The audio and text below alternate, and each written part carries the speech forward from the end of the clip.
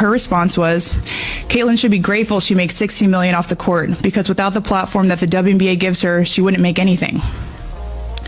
And in that same conversation, she told me players should be on their knees thanking their lucky stars for the media rights deal that I got them. That's a mentality driving our league from the top.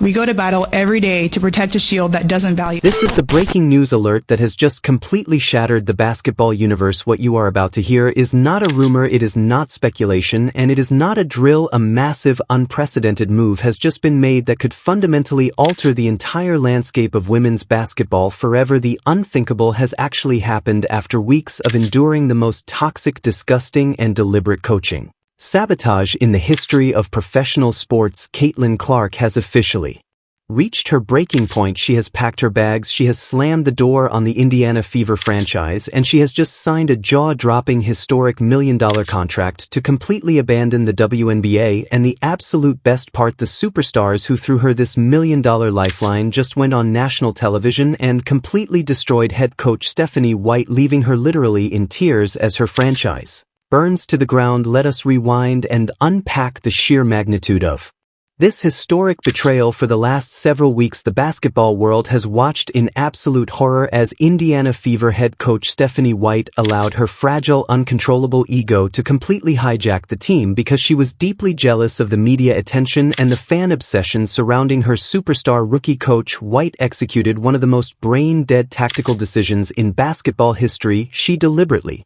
took the basketball out of Caitlin Clark's hands. She benched her elite playmaking, shoved her into the corner as a decoy, and completely removed the greatest point guard on the planet from the offensive game plan. It was a calculated, vicious sabotage designed to humble Caitlin and prove that Stephanie White was the one in charge. But Stephanie White forgot one incredibly important detail. Caitlin Clark is the biggest athletic phenomenon on the planet, and she does not have to tolerate disrespect from anyone. Enter Breanna Stewart and Nisa Collier as the founders of the brand new, highly lucrative, Unrivaled basketball league. Stewart and Kier have been watching the absolute train wreck in Indiana very closely. They watched as Coach White disrespected the player who single-handedly saved the WNBA from financial ruin, and they decided that enough was enough. Behind closed doors, away from the prying eyes of WNBA Commissioner Kathy Angelbert, the executives of the Unrivaled League made a massive, hyper-aggressive play.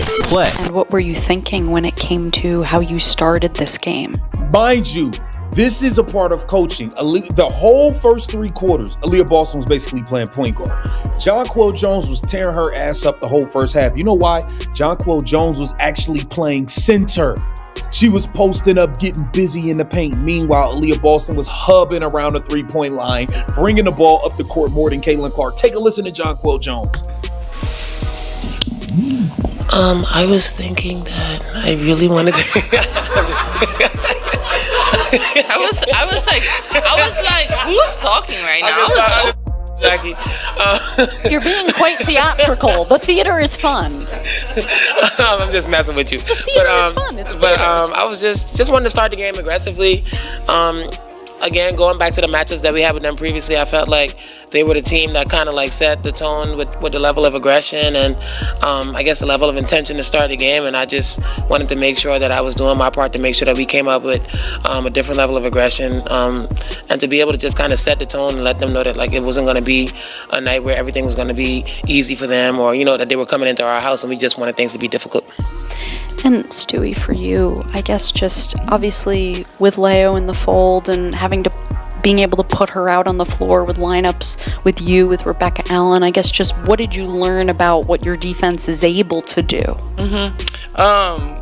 Leo didn't have to do that much. Watch this, because Caitlin Clark wasn't playing point guard today. According to leaked reports from inside sources, Breanna Stewart and Nafa Collier personally called Caitlin Clark and offered her an unprecedented, fully guaranteed multi-million-dollar contract to immediately quit the Indiana Fever and join their league. They offered her unprecedented ownership, equity, complete control over her offensive system, and the absolute ultimate promise, a coaching staff that would actually respect her and let her play her game. Caitlin Clark did not even hesitate, but the Story does not end there because Brianna Stewart and Nisa Collier were not just satisfied with stealing the WNBA's biggest golden goose, they wanted to make an absolute ruthless example out of the Indiana Fever. In a shocking, completely unscripted press conference this morning, Stewart and Keir stepped up to the microphones and dropped a nuclear bomb on Stephanie White's career. They did not hold back, they did not use polite PR language. Miami, they play there for 6 weeks, and it was just announced recently that Unrivaled struck a television deal with TNT. Now, this exclusive media rights deal is reported to be 45 plus primetime games. TNT Sports are also invested in the league, and sources say that it's a 6-year deal that could be worth more than $100 million. So a lot of the details of this television deal have not been revealed just yet, but there was one unconfirmed report that said that all this money might not be guaranteed to Unrivaled and that they do have viewership goals for this first season and seasons to come.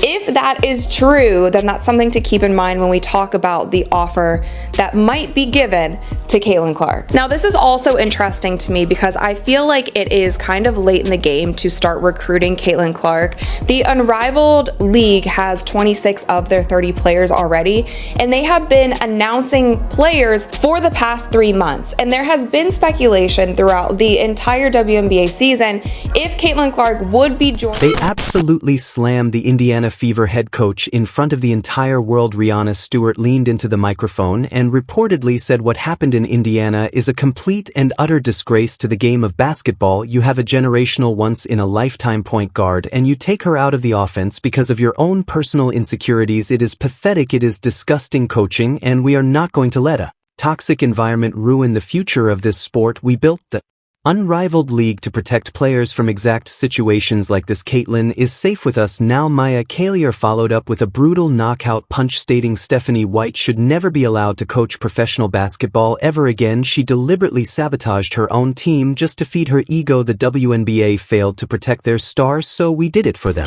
Fever. So I don't want to give a damn. I don't want to hear nothing about her missing them 2 damn free throws. Let's finish reading the tweets. Sick of this, man. Sick of this. Time and time again, we got to go through this. Ryan Loves Ball stated, Stephanie White is just anxious. Is just an atrocious coach. She has the best show on the planet, starting at point guard. And yet, we have to watch this boring motion offense trip. Caitlin basically has to force her looks since the set offense is to take the ball out of her hands. I didn't even want to speak about forcing shots. She forced shots against Dallas. She forced them again tonight. Caitlin Clark is a rhythmic player. She has to get in rhythm to play, to shoot well. And we ain't going to go over Caitlin points yet. I don't even know. I don't even remember how many damn points she got. I'm just so freaking mad. Shout out to Mar. Mar stated, when has this type of basketball ever won anything? You have the best point guard on the team acting like a shooting guard. Why in the hell are you playing the game the opposing team wants to play? And if you're going to play her at the 2, why aren't you drawing up plays for her? Because they're drawing up plays for Kelsey Mitchell. Live Wire stated, I'm annoyed. 2 games back-to-back. Stephanie White runs the offense, and the Fevers look like stagnant sets, no good screens, no push, just ish. What product are y'all selling here? Why is CC not running the backlash from this press conference was immediate, catastrophic, and completely devastating inside the Indiana Fever facility. The situation has devolved into absolute pure chaos when the news of the $1 million Unrivaled contract broke and the footage of Stewart and Keir's brutal public execution of her coaching abilities played on the television screens. Stephanie White completely broke down, according to Locker Room attendance. Coach White was seen completely breaking down in tears in her private office. The massive, arrogant ego that told her she could bench Caitlin Clark and get away with it has completely shattered into a million pieces. She is reportedly hyperventilating, crying uncontrollably, and furiously calling the front office, begging for help. But there is no help coming. She realizes exactly what she has done. She has not just lost a few games, she has literally chased away the most profitable, famous, and talented player the franchise will ever see. The sheer amount of money that she's making these teams, people are having to move their venues when she comes to play, and she's getting paid like $75,000 a year. She should be one of the top paid players in the world just for the sheer numbers that she's bringing. And I'm glad that a WNBA player is finally saying this out loud, admitting to it, because it has been so clear for so many people the Caitlin Clark effect that she has had on the WNBA this season. We have talked about it so much on this channel. She has raised overall viewership. Like Nafisa said, they're changing venues just to accommodate all the fans who want to come watch Caitlin Clark play. The list goes on, but there have been so many players, coaches, media personality who have been so afraid to just admit the fact that Caitlin Clark has been the sole reason for so many of these things happening this season in the WNBA. And so I'm really glad that Nafisa, being confident enough in herself, knowing that she is arguably the best player in the world, she is able to say these things out loud. However, I do think that this push for Caitlin Clark has come a little bit late in the game. I want to compare what were the rumblings that we're hearing about the offer that Unrivaled will make to Caitlin. I want to compare that to what Ice Cube offered Caitlin before the Big Three season began. I commend Ice Cube because you have to think about the type of egos that play in the Big Three. And I do sideline reporting for the Big Three for those of you who don't know, so I'm like very well. The WNBA executives are currently in a state of absolute, unmitigated panic. Kathy Angelbert is reportedly screaming at the Indiana Fever ownership group on the phone. The league is staring down the barrel of an apocalyptic financial disaster, with Caitlin Clark officially leaving to play for Unrivaled. The massive television contracts are suddenly worthless. The sold-out arenas are going to be completely empty. The Fortune 500 sponsors are already threatening to pull their funding because they paid to see number 22. Not a crying head coach who ruined the team. Stephanie White's jealousy has literally bankrupted the WNBA, and the Unrivaled league just pulled off the greatest heist in the history of modern sports. League, I feel like it was a missed opportunity. 3-on-3 is already hard to get more people involved in. You're doing a brand new kind of 3-on-3 on a shorter court. It's brand new. It's going to be hard to get eyeballs on it. All of these, I mean, the WNBA is in their 28th season and it's still a new league. Like, it's hard to get the kind of virality, viewership, all the things that you want right off the bat. And especially if you don't have a big name or a big draw, you know, I'll say it until I'm blue in the face. I think Caitlin was that person that they absolutely needed. So do I think Caitlin Clark should join Unrivaled? I'm not so sure. I think that the money needs to be high. It needs to be in the millions. It needs to be at least what Cube offered her for the Big Three at minimum. And even with that, Caitlin Clark doesn't need any money. She has plenty of endorsement deals. I think she is totally fine. And I think for her body and for her mental health, it might not be the best thing for her, because I can only imagine what it was like being in her shoes throughout this entire WNBA season. Not only the kind of physicality and double teams and face guards and all of those things that she was receiving on the court, but also all of the noise, all of the drama, all of the like media circus surrounding her off the court. Like, that just had to have been so much to handle. And so I don't know if jumping right back into another league that has not been established yet. And for the record, I like Breanna Stewart. I love Nafisa Collier. I don't want this league to fail. I think basketball is great if we have another league. I think if it's similar to the Big Three and it gives women another place to go instead of going overseas during the offseason, I think that that's fantastic. I hope it does succeed.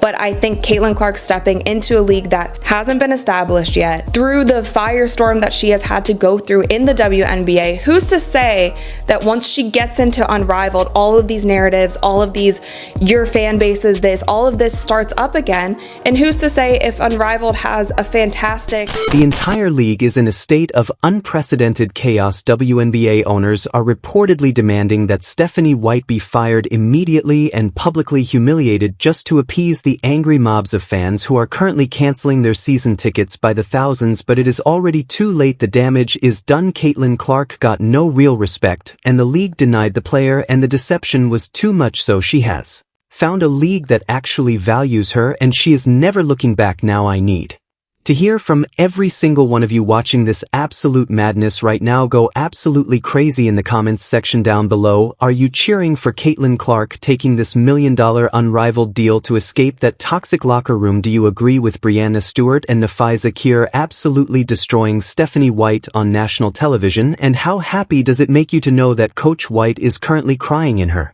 office knowing she ruined her own career? It's ridiculous, man. It's just ridiculous, man. The Indiana Fever, just Leonie Feebage being back was big for the New York Liberty. Leonie Feebage had 20 points, 5 assists, 5 rebounds in her return. She had a hell of a second half. She started shooting the cover off the ball from the 3-point line. Sabrina Ionescu had 12 points, 4 assists. She wasn't very impactful. 1 of 5 from 3. Jonquel Jones, 19 and 10. Breanna Stewart, 22, 8 and 7. She balled. But I thought Michaela Timpson battled with Breanna Stewart. I thought Maisha Hines-Allen and Breanna and Michaela Timpson battled their ass off down there. Aaliyah Boston missed the key layup, man. We could have went up 1. She missed the key layup. But at the end of the day, this falls on coaching, man. The head coach made the decision to play the center at point guard for the first 3 quarters of this game, pretty much. She decided to have Aaliyah Boston play point guard. Aaliyah Boston brought the ball up the floor more than anybody else in this game. More than Kelsey Mitchell, more than Caitlin Clark, more than Sophie. Shout out to Sophie, man. Sophie, you passed the ball to Caitlin and you knocked down a couple threes. Sophie had 10 off the bench. Sophie and Maisha Hines-Allen look like our only playable players off the bench.